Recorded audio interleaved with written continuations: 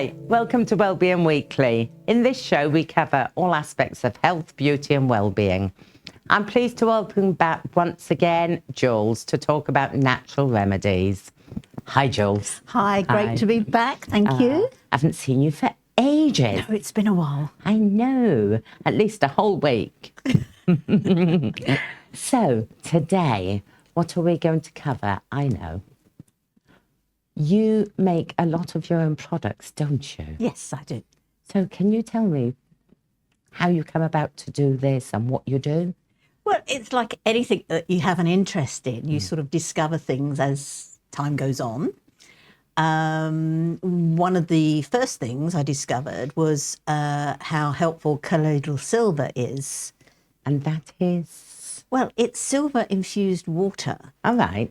And it dates back using silver in medicine quite a few years. I believe they used to use it in World War I when soldiers had injuries. Yeah. They would put a silver coin on there to cut down the bacteria until they could get them to the army hospitals or something like that.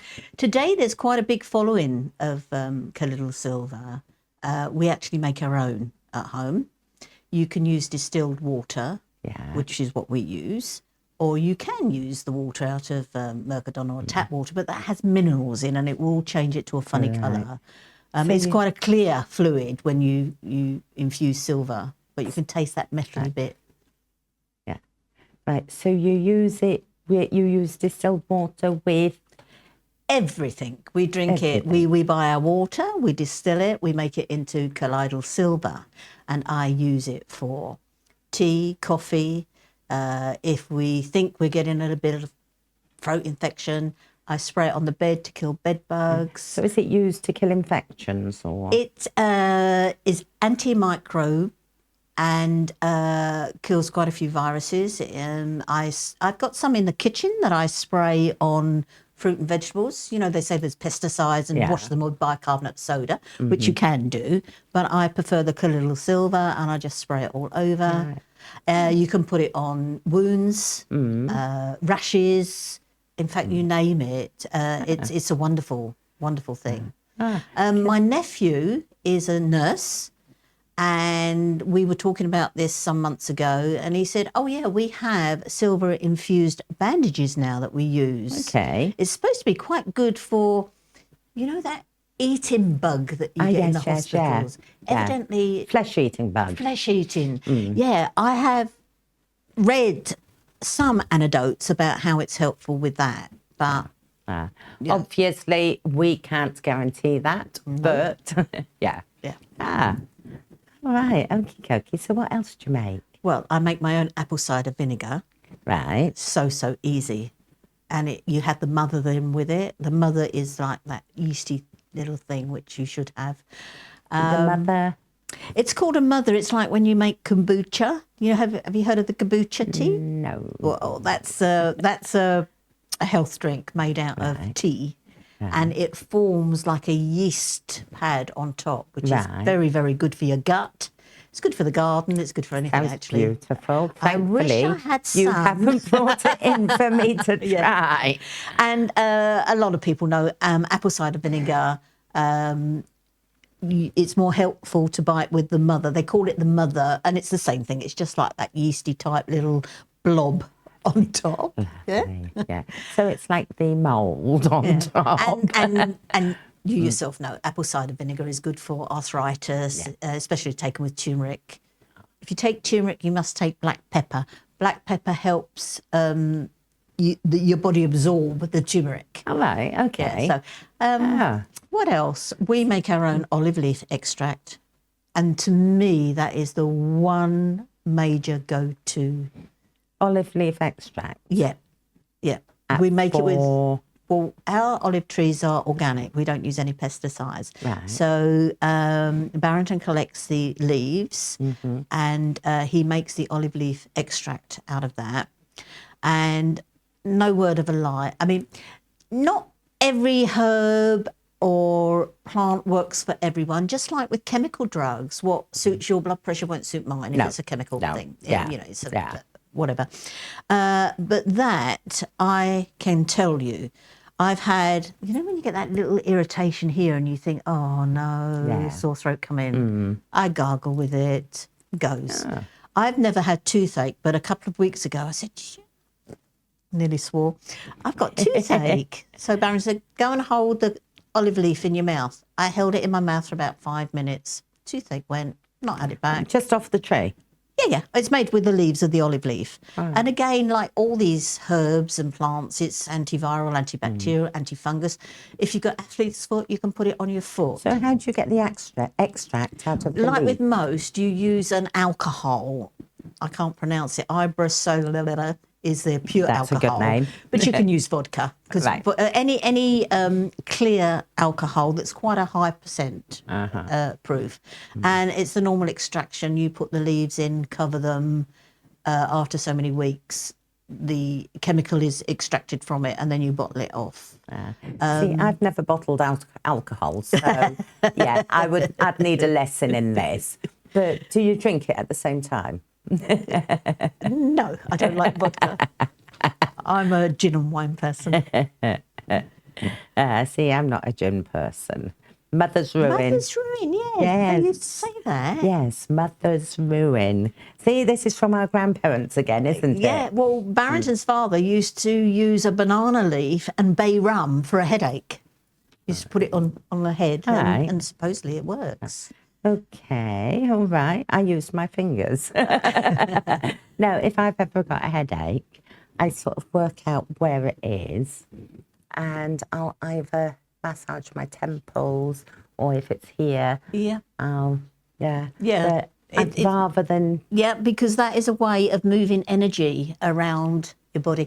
And we have lots of different channels. That's why you have acupuncture, because there's lots of yes, I've had that energy before. channels within Yeah. your body. Yeah, I had acupuncture once to lose weight, and they put a little In your ear? thing in my ear. It was brilliant for the first week, and then I had to go back and have it checked, and they moved it. That was it. Done and dusted. Oh, wow. Oh, I'll have a steak pie.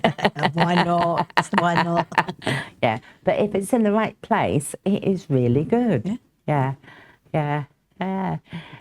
So, what about ginseng? It's known as the Viagra herb.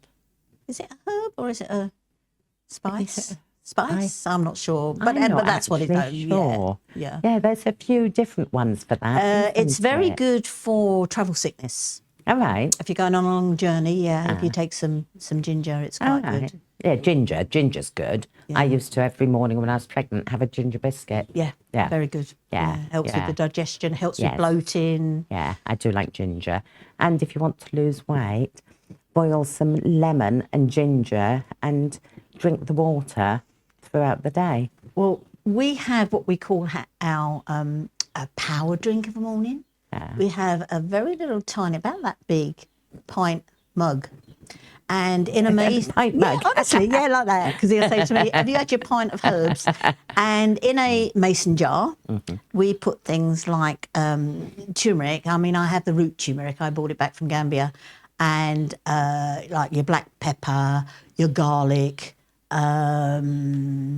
What are some of the other things I put in? Oh, red onion. And then I top it up with my own apple cider vinegar, and I let it stew in there for a few days, then drain it off, put it into a bottle, and that's our power drink that we have every morning on an empty stomach. On an empty stomach, yeah. One thing I did find out when I done this, drinking this ginger and lemon, I was drinking it for about a week and it was fantastic. But Your teeth. it's not good for your teeth. No, because it's an acid. Yeah. So you drink some in the morning, wait about half an hour, scrub your teeth, then have it later in the day. But it's not something you can drink throughout the day because the acid isn't good for your teeth. It will do, yeah, difficulty Yeah. with it. And I've got a tooth thing. I don't like anything to spoil your teeth, so Although they're not supposed to be white. They're yeah. supposed to be an ivory colour. Yeah, but if something, acid takes away the enamel, doesn't it? So, yeah, keep your enamel as long as possible, because we soon get old and lose all our faculties, including our acid. And everything just drops. So, ginseng. What about that yin yang ho? I don't know yin yang ho. Well, I can't say the real word for it because it's daytime TV. Oh. It does the same thing as ginseng.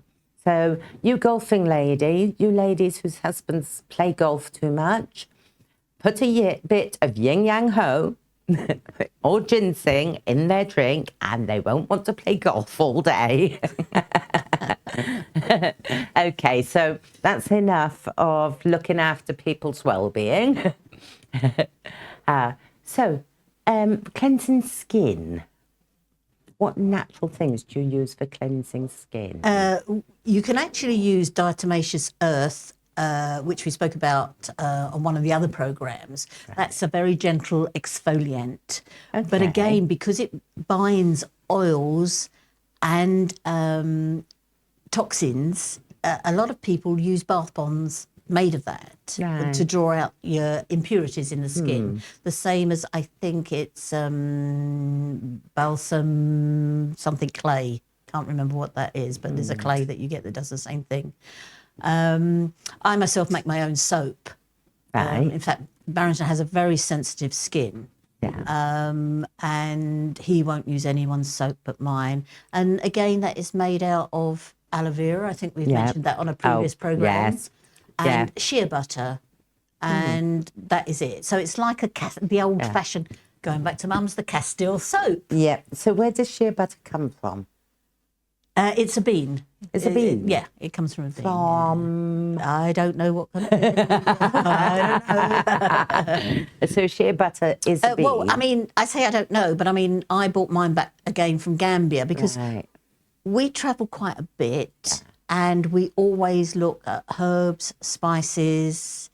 Barrington loves really hot chilies. So we always buy chili sauce and chilies and stuff like that. We always look. When we went to Japan, we bought back packets of barley grass because barley grass will bind to heavy metals. Right. And the food we eat today is full. Tuna has got mercury and fish has got mercury and everything. The earth is depleted of a lot of the minerals and stuff. Is that some of the tuna has mercury? Well, I think unless it's home farmed, and then I'm not sure how they home farm it, but the majority of stuff that comes out of the ocean now has got metal in. Right. I think there are some home farms in Scotland and places like that. Scotland, yes, probably. Yeah. I would think so. Yes, in Scotland because they're very farming their fish and nice stuff people. But I mean, the earth is depleted of all the. Going back to our grandparents, we had copper pots. Copper is really good for you. Iron, they used iron pots. Now it's all that Teflon that is actually quite bad for you. Well, I had an iron deficiency when I was young and I had to have the iron pills. You need natural iron in your body. You do. Yeah. So we're not getting all that natural stuff that we used to get. That's like us eating dirt and things like that. We're just not getting it anymore. It's one of my beliefs that young children today do not have a very strong immune system because they've not built it up. I mean, if I dropped a dummy on the floor, I would go... Yeah, I used to do that. Be frowned and people look at me now. I used to with my grandchildren. I'd pick the dummy up, tuck it, and people look at you as if, oh, my God, you dirty person. Anyway, would you believe it?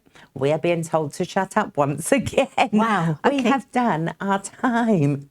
Great. No, it's not great. We need to... No. We've got so much to cover. So, Jules, will you please come back once again? Well, I will do my best to try and fit it in. Once again, we've run out of time, but Jules has agreed to come back to talk more because we have so much to talk about and I'm really looking forward to it. Thank you all for watching And again, thanks to Jules for sharing her vast knowledge of natural remedies. But please remember, this is not an alternative to traditional medicine. So if you're in any doubt at all, speak to your doctor. But for now, we'll see you at the same time next week. Bye for now.